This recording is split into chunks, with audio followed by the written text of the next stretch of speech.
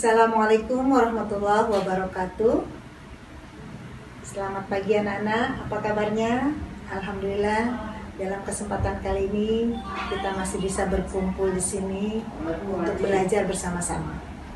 Baiklah, dalam kesempatan kali ini kita akan memulai pelajaran akidah akhlak. Seperti biasa, sebelum kita mulai, mari sama-sama kita membaca doa Al-Fatihah.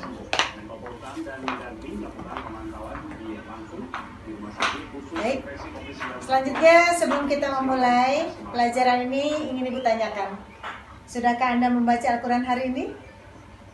Siapa yang sudah membaca? Baik. Kenapa Ibu harus menanyakan itu? Karena terkait dengan materi hari ini kita akan membahas tentang pokok-pokok isi Al-Quran. Secara garis besar, isi Al-Quran itu terdapat 6 pokok-pokok isi Al-Quran. Apa saja? Yang pertama, Al-Quran berisi tentang akidah. Yang kedua, Al-Quran berisi tentang ibadah dan muamalah. Yang ketiga, Al-Quran berisi tentang akhlak. Yang keempat, Al-Quran berisi tentang hukum. Yang kelima, Al-Quran berisi tentang kisah-kisah umat terdahulu. Dan yang keenam, Al-Quran berisi tentang ilmu pengetahuan dan teknologi. Baik, menginjak yang pertama kita akan membahas tentang Al-Quran berisi tentang akidah. Akidah sering kita dengar dengan istilah kepercayaan atau keyakinan. Kepercayaan yang harus diyakini dengan sepenuh hati, diucapkan dengan lisan, dan dimanifestasikan dalam amal perbuatan. Inti ajaran pokok akidah adalah tauhid. Apa itu tauhid? Meyakini akan keesaan Allah. Seorang mukmin maka wajib hukumnya untuk meyakini bahwa Allah itu esa. Maka seseorang yang tidak meyakini akan keesaan Allah, maka dia disebut dengan kafir. Dan orang yang meyakini bahwa adanya Tuhan selain Allah, maka dia disebut dengan musyrik. Baik, terkait dengan akidah, Allah telah memerintahkan dalam surat Al-Alaq untuk betul-betul bagi kita yang mengaku beriman akan mengakui keesaannya. Dalam surat apa itu disebutkan? Siapa yang tahu? Ya, surat Al-Ikhlas yang berbunyi Bismillahirrahmanirrahim. Dengan nama Allah yang Maha Pengasih, Maha Penyayang. Qul huwallahu ahad. Katakanlah Muhammad, dialah Allah yang Maha Esa. Allahus samad. Allah tempat meminta segala sesuatu. Lam yalid wa lam yulad. Allah tidak beranak dan tidak pula diperanakan. Wa lam yakul lahu kufuwan ahad. Dan tidak ada sesuatu yang setara dengan Dia. Dari sini jelas bahwa mengakui akan keesaan Allah itu adalah satu kemutlakan bagi seorang mukmin.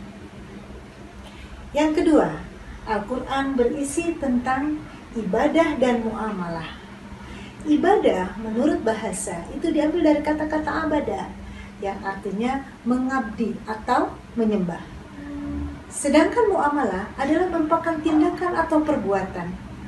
Muamalah merupakan hukum-hukum Allah yang mengatur tentang hubungan, tindakan, dan pergaulan antara sesama manusia.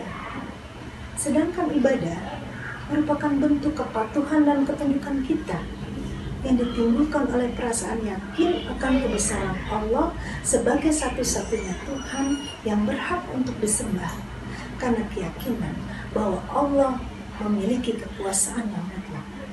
Maka tidaklah salah ketika Allah mewajibkan kita untuk beribadah kepadanya, sebagaimana difirmankan dalam salah satu ayat Al-Quran yang berbunyi, وَمَا خَلَقْتُ الْجِنَّ وَالْإِنسَ إِلَّا لِيَعْبُدُونَ.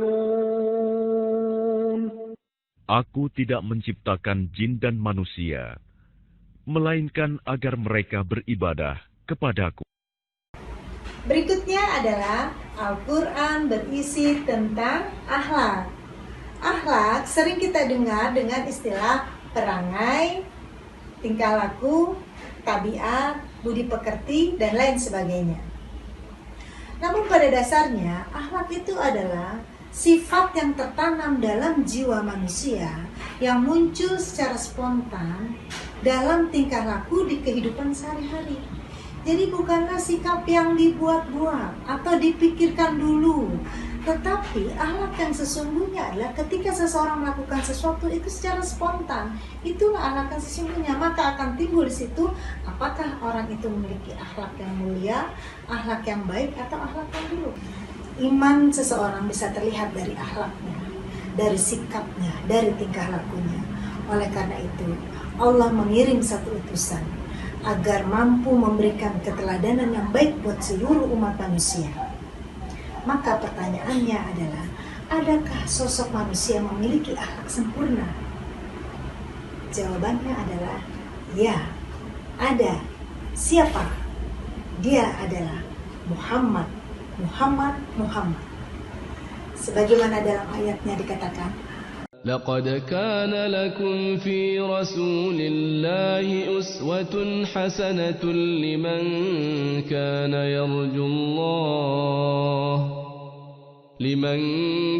يرجو الله واليوم الآخر وذكر الله كثيرا.